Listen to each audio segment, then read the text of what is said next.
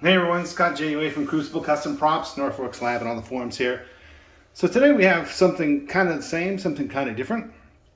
This is a Field Marshal or Blaster Factory War Machine one-to-one steel Mauser, but this is an earlier kit. You can tell by kind of how the hammer angle here, but otherwise exactly the same. However, this one came from a customer who already had it built and assembled and everything, and it was in really bad shape. It had rusted, the hammer had locked up, the scope. He had sent it off to someone to have de-rusted, and when it came back, the scope was in like completely the wrong spot. It was mounted back here, and it was just weird.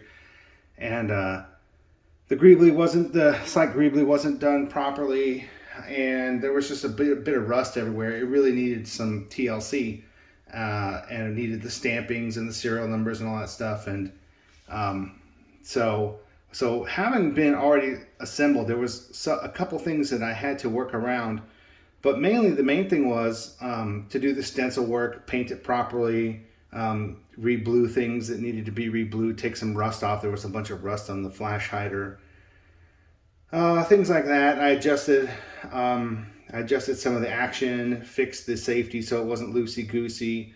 One of the things that was done was the mystery disc was already here, so it's close, but it's slightly in the wrong spot. But I had to put the mystery disc back in the exact same spot because there had been a dimple drilled in it for the center. So I couldn't really fix that. I just addressed it and fixed everything and sanded it properly and re-stenciled it. And this aluminum greebly was here as well, and it's glued on pretty well, and I couldn't get that off. So by not being able to get that off, I couldn't put the serial number on the lower frame because it would just risk damaging it, and I didn't want to destroy that piece. So the serial number is here on the lock frame.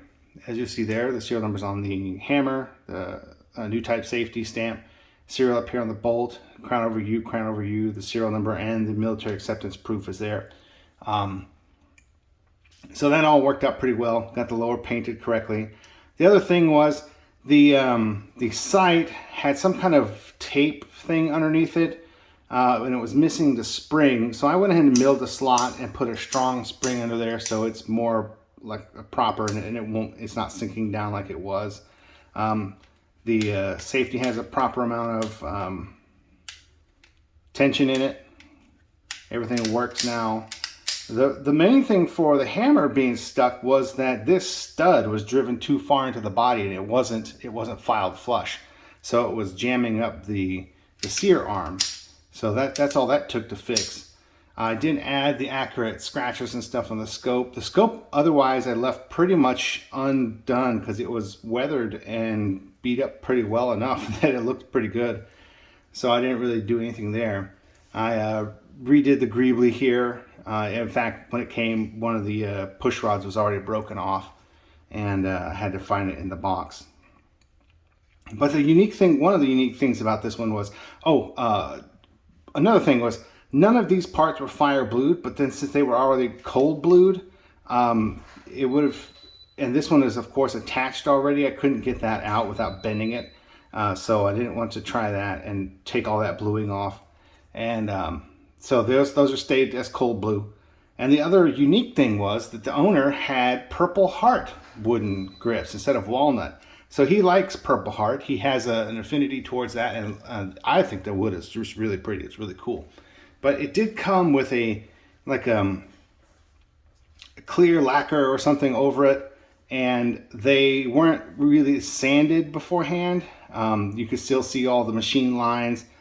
And normally I like to widen these lines here a bit to be more accurate.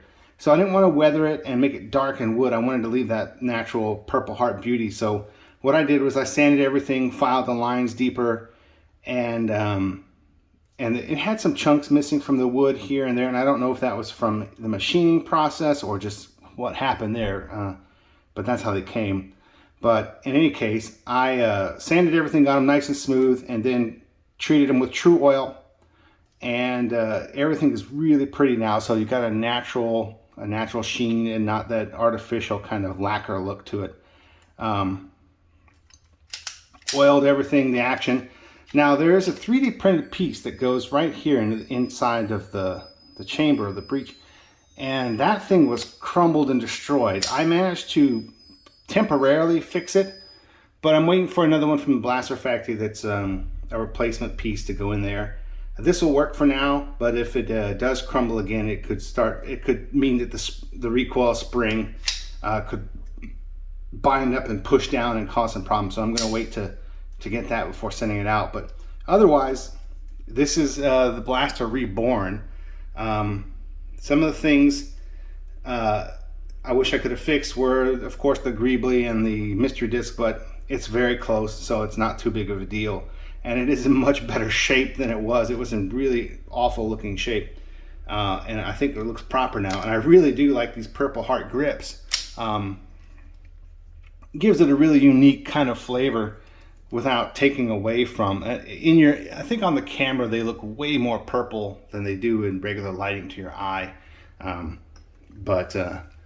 Yeah, but they're really cool. In fact, they do look quite purple in this light to my eye too, but I think the camera accentuates it way more than in reality. But anyway, I think it looks great.